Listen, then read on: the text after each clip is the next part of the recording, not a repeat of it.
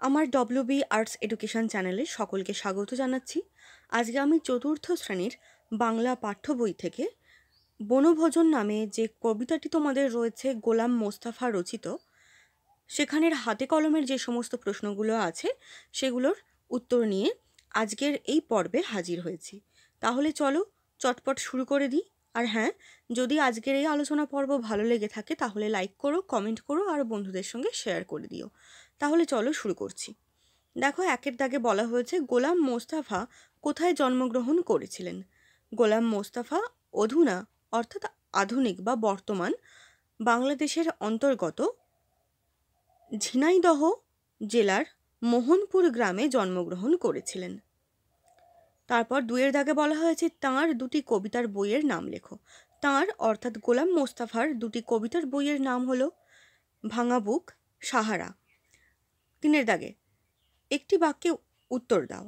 তিনের একের দাগের প্রশ্ন, কবিতাটিতে কারা খেলতে এসেছিল? তো নুরু, পুষি, আয়েশা, শফি এরা খেলতে এসেছিল। তিনের দুইয়ের দাগে বলা হয়েছে বাগিচা শব্দের অর্থ কী? বাগিচা শব্দের অর্থ হলো ছোট বাগান বা ছোট্ট বাগান। তোমরা দেখবে তোমাদের পাঠ্য বইয়েতে হাতে কলমের ওই জায়গাতে শব্দার্থ বলে একটা ঘর করা রয়েছে। সেখানে যত তোমাদের শব্দার্থ দেওয়া রয়েছে তোমরা ওইগুলো ভালোভাবে পড়ে নেবে, কারণ ওইখান থেকেও কিন্তু পরীক্ষার সময় আবার প্রশ্ন দিয়ে দেয়। তারপর দেখো তিনের দাগের প্রশ্ন, রান্নার জন্য তারা কি কি সঙ্গে এনেছিল? রান্না করার জন্য তারা আমের গুটি, নারিকেলের মালা, রঙিন খুঁড়ি, বঁটি, ছুরি ইত্যাদি এনেছিল। তিনের চারের দাগের প্রশ্ন, কবিতায় কে মিছিমিছি গিন্নি সেজেছিল? কবিতায় নুরু মিছিমিছি গিন্নি সেজেছিল। তিনের পাঁচের দাগের প্রশ্ন, মিছিমিছি কি কি খাবার রাঁধা হয়েছিল? মিছিমিছি ধুলো বালির কোরমা, পোলাও আর কাদার পিঠে রাঁধা হয়েছিল। তিনের ছয়ের দাগের প্রশ্ন, কবিতায় ওদের খেলার মাঝে কে এসে পড়েছিল? কবিতায় ওদের খেলার মাঝে কবি এসে পড়েছিলেন।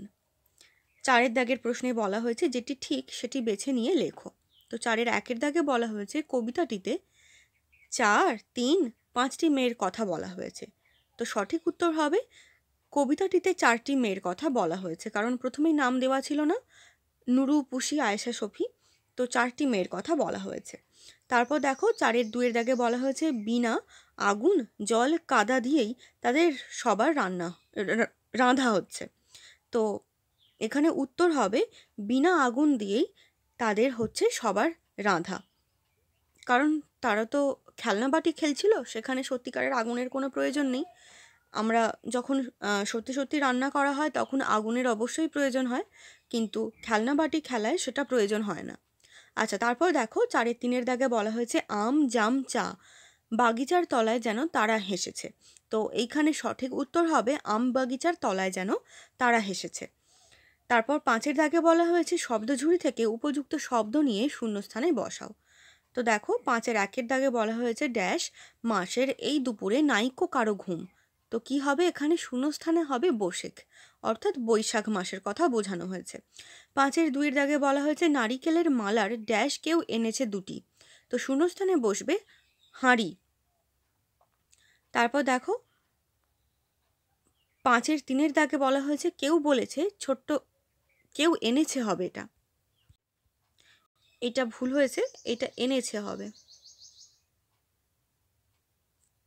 কেউ এনেছে ছোট্ট বঁটি, কেউ এনেছে ড্যাশ, এই শূন্যস্থানে বসবে কি? ছুরি। তারপর পাঁচের চারের দাগে বলা হয়েছে বসে গেছে সবাই আজি ড্যাশ আয়োজনে। তো শূন্যস্থানে কি বসবে? বিপুল আয়োজনে। পাঁচের দাগে বলা হয়েছে এমন সময় হঠাৎ ড্যাশ পড়েছি যেই এসে। তো শূন্যস্থানে কি বসবে? আমি, অর্থাৎ কবি নিজেকে বলেছেন। তারপর ছয়ের দাগে বলা হয়েছে ক স্তম্ভের সঙ্গে খ স্তম্ভ মিলিয়ে লেখো। এখানে আমি একেবারেই দেখো তোমাদের উত্তরগুলো দিয়ে দিয়েছি। তো এখানে দেখো নুনের সঙ্গে হবে লবণ, ধোঁয়ার সঙ্গে হবে ধূম, এগুলো সমার্থক শব্দ হিসেবে মেলাতে তোমাদের বলা হয়েছে আর কি। তারপর দেখো বিপুলের সঙ্গে হবে বড়, আগুনের সঙ্গে হবে অগ্নি, ঘুমের সঙ্গে হবে নিদ্রা এবং বাগিচার সঙ্গে হবে বাগান। এরপর সাতের দাগে বলা হয়েছে নিচের বর্ণগুলি যোগ করে শব্দ তৈরি করো। তো প্রথমেরটা হবে সবাই, দ্বিতীয়টা হবে রাঁধুনি, তারপর তৃতীয়টা হবে বাগিচা, চতুর্থটা হবে ব্যস্ত এবং শেষেরটা হবে দুষ্টু। এরপর ৮-এর দাগে বলা হয়েছে এলোমেলো বর্ণগুলিকে সাজিয়ে শব্দ তৈরি করো। তো প্রথমেরটা হবে সাজিয়ে লিখলে নারিকেল, তারপরেরটা হবে বনভোজন, তারপরেরটা হবে অকারণে, তারপরে ৪-এর দাগেরটা হবে তোমাদের আয়োজন এবং শেষেরটা হবে নিমন্ত্রণ। তোমরা আশা করছি তোমরা যখন এই ভিডিওটা দেখবে অবশ্যই কাছে বইটা তোমাদের থাকবে, তো বই থাকলে তোমাদের এগুলো বুঝতে আরও সুবিধা হবে। তারপর দেখো ৯-এর দাগে বলা হয়েছে বর্ণ বিশ্লেষণ করো। তো প্রথমেই রয়েছে গিন্নি, সেটার বর্ণ বিশ্লেষণ করলে কি হবে? গয় হসন্ত যুক্ত হস্যই যুক্ত দন্তের হসন্ত যুক্ত দন্তের হসন্ত যুক্ত হস্যই। তারপর রয়েছে আঁচল, তো এটার বর্ণ বিশ্লেষণ হবে আ যুক্ত চন্দ্রবিন্দু যুক্ত চয় হসন্ত যুক্ত অ যুক্ত লয় হসন্ত যুক্ত অ। দেখো আঁচল শেষে একটা কিন্তু অ এর উচ্চারণ আসছে, তাই জন্য শেষে অটা দেওয়া রয়েছে। তারপর দেখো নিমন্ত্রণ, প্রথমে হবে দন্তের হসন্ত, তারপরে যুক্ত হস্যই, তারপর যুক্ত ময় হসন্ত যুক্ত অ যুক্ত দন্তের হসন্ত যুক্ত তয়ে হসন্ত যুক্ত রয়ে হসন্ত যুক্ত অ যুক্ত মূর্ধন্যয়ে হসন্ত যুক্ত অ। এখানেও যেহেতু নিমন্ত্রণ বলে একটা টান আসছে, অয়ের টান আসছে, তো শেষে অ তোমাদের দিতে হবে। তারপর রয়েছে দেখো কর্মা, কয় হসন্ত যুক্ত ও যুক্ত রয় হসন্ত যুক্ত ময় হসন্ত যুক্ত আ। তারপর রয়েছে রঙিন, তো এটার বর্ণ বিশ্লেষণ হবে রয় হসন্ত যুক্ত অ, যেহেতু এই রয়ের সঙ্গে একটা টান আসছে অয়ের, তাই অ দিতে হবে এখানে। তারপর যুক্ত, তারপর দেবে উঙয় হসন্ত যুক্ত হস্যই যুক্ত দন্তের হসন্ত যুক্ত অ। এরপর ১০-এর দাগে বলা হয়েছে কবিতাটিতে অন্তমিল আছে, অর্থাৎ শেষেতে মিল রয়েছে এমন আর কি। এমন ৫ জোড়া শব্দ লেখো যেমন ধুম আর ঘুম, তোমাদের একটা দেখিয়ে দেওয়া হয়েছে। তো সেই রকম ৫টা অন্তমিলযুক্ত শব্দ এখানে দেখো দিয়ে দিয়েছি ৫ জোড়া। এসেছের সঙ্গে হবে হেসেছে, গুটি দুটি, খুঁড়ি ছুরি, রাধা কাঁদা, নুন খুন।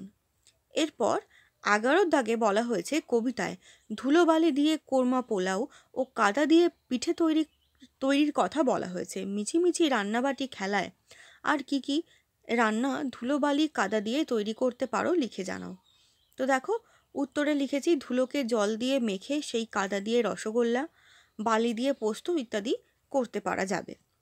আচ্ছা, তারপর দেখো ১২-র দাগে বলা হয়েছে বাক্য রচনা করো। প্রথমেই রয়েছে বনভোজন, তো সেটাতে লিখেছি ছুটিতে আমাদের বাড়ির সবাই বনভোজনের আয়োজন করেছে।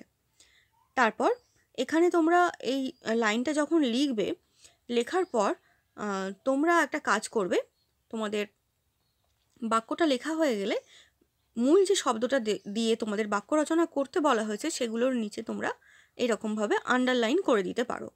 তারপর রয়েছে দেখো মিছিমিছি, সেই ক্ষেত্রে আমি এখানে বাক্যটা দিয়েছি দুষ্টু বালিকাটি মিছিমিছি কান্না শুরু করেছে। তো এখানেও তোমরা মিছিমিছি কথাটার নিচে দাগ দিয়ে দেবে। তারপর দেখো রয়েছে বাগিচা, আমাদের মামার বাড়িতে একটি ফুলের বাগিচা রয়েছে। তারপর রয়েছে আঁচল, ছোট্ট বালিকাটি মায়ের আঁচল ধরে ঘুরছে। তারপর রয়েছে ছুরি, ছুরি সবজি কাটার ক্ষেত্রে ব্যবহৃত হয়। তারপর রয়েছে নিমন্ত্রণ, আজ বিয়েবাড়িতে আমাদের সকলের নিমন্ত্রণ রয়েছে। তারপর ১৩-র দাগে চলে যাব, সেখানে বলা হয়েছে নিচের প্রশ্নগুলির উত্তর নিজের ভাষায় লেখো। ১৩-র ১-এর দাগের প্রশ্নে বলা হয়েছে নুরু সোফিয়া দুপুরবেলা ঘুমোয়নি কেন? তো নুরু সোফিয়া দুপুরবেলা ঘুমোয়নি, তার কারণ তারা দুপুরবেলায় বনভোজনের আয়োজনে ব্যস্ত ছিল। তারপর ১৩-২-এর দাগে বলা হয়েছে কবি এসে পড়ায় সবাই পালিয়ে গিয়েছিল কেন? যেহেতু কবি ছোট্ট মেয়েগুলির থেকে বয়সে অনেক বড় ছিলেন, তাই তাদের খেলার সময় তিনি এসে পড়ায় লজ্জা পেয়ে সবাই পালিয়ে গিয়েছিল। তারপর ১৩-৩-এর দাগের প্রশ্নে বলা হয়েছে বন্ধুদের সঙ্গে কখনো বনভোজনে গিয়ে থাকলে সেই অভিজ্ঞতার কথা কয়েকটি বাক্যে লেখো। আশা করছি তোমরা সকলেই কোনো না কোনো সময় বন্ধুদের সঙ্গে পিকনিক করতে গেছো, তো সেই রকমই একটা অভিজ্ঞতার কথা এখানে লিখতে বলা হয়েছে। তো আমি এখানে তোমাদের মোটামুটি একটা আন্দাজ দেওয়ার চেষ্টা করেছি এখানে উত্তরে। তোমরা যেই রকম যে অভিজ্ঞতা অর্জন করেছো সেই রকমভাবে এখানে তোমরা উত্তরটাকে গুছিয়ে লিখে নিতে পারো। তো দেখো উত্তরে এখানে দেওয়া রয়েছে, বনভোজনে যাওয়ার সময় আমাদের ছোটদের সঙ্গে বাড়ির বড়রাও অংশগ্রহণ করেছিলেন। তো এখানে করেছিল বা করেছিলেন দুটোই লিখতে পারো। আর বড় বানানটার ক্ষেত্রে আমি বলে রাখি, ব ডয়ে শূন্য র যদি কেউ লেখো সেটাও ঠিক, আবার ব ডয়ে শূন্য রয়ে ওকার যদি লেখো সেটাও কিন্তু ঠিক। তো এখানে ব ডয় শূন্য র রয়েছে, তো বড়রাও অংশগ্রহণ করেছিল, তাই রান্না করার দায়িত্ব ছিল বড়দের। আমরা ছোটরা সবাই আনন্দ, খেলা, হাসি মজা করে সারাটা দিন কাটিয়েছিলাম, তাই বনভোজনে গিয়ে সকলের খুবই আনন্দ হয়েছিল। এরপর 13-4 দাগের প্রশ্নে চলে যাব। সেখানে বলা হয়েছে, বৈশাখ মাসের দুপুরে নুরু, পুষি, আয়েশা, সফিরা মিছিমিছি রান্নাবাটি খেলা খেলছিল। তুমি গরমের ছুটিতে দুপুরবেলাগুলো কেমন করে কাটাও সে বিষয়ে লেখো। তো দেখো এখানে উত্তরে দিয়েছি, বৈশাখ মাসে অত্যন্ত গরম থাকে, তাই দুপুরবেলা রোদ্দুরে বড়রা বাড়ির বাইরে যেতে দেয় না, তাই আমি সেই সময় ভালো ভালো গল্পের বই পড়ে সময় কাটাই। তারপর 14 দাগে বলা হয়েছে, গদ্য রূপ লেখো। তো বৈশাখের গদ্য রূপ হবে বৈশাখ, চৈতর গদ্য রূপ হবে চৈত্র, হলদি থেকে হবে হলুদ, মিঠে থেকে হবে মিষ্টি। এরপর 15 দাগে বলা হয়েছে, একই অর্থের শব্দ পাঠ থেকে খুঁজে নিয়ে লেখো। তো ইচ্ছা থেকে হবে শখ, বাগান থেকে হবে বাগিচা, চড়ুইভাতি থেকে হবে বনভোজন, নিদ্রা থেকে হবে ঘুম। এরপর 16 দাগে চলে যাব। সেখানে বলা হয়েছে, বিপরীতার্থক শব্দ লেখো। এখানে আজি থেকে হবে বিপরীত শব্দ কাল, ছোট থেকে হবে বড়, হেসে থেকে হবে কেঁদে, শুরু থেকে হবে শেষ এবং তলায় থেকে হবে ওপরে। আশা করছি আজকের এই আলোচনা পর্ব তোমাদের একটু হলেও হেল্প করে থাকবে। তাই যারা চ্যানেলে নতুন এসেছো তারা অবশ্যই এরকম ভিডিও পাওয়ার জন্য চ্যানেলটিকে সাবস্ক্রাইব করে রেখো।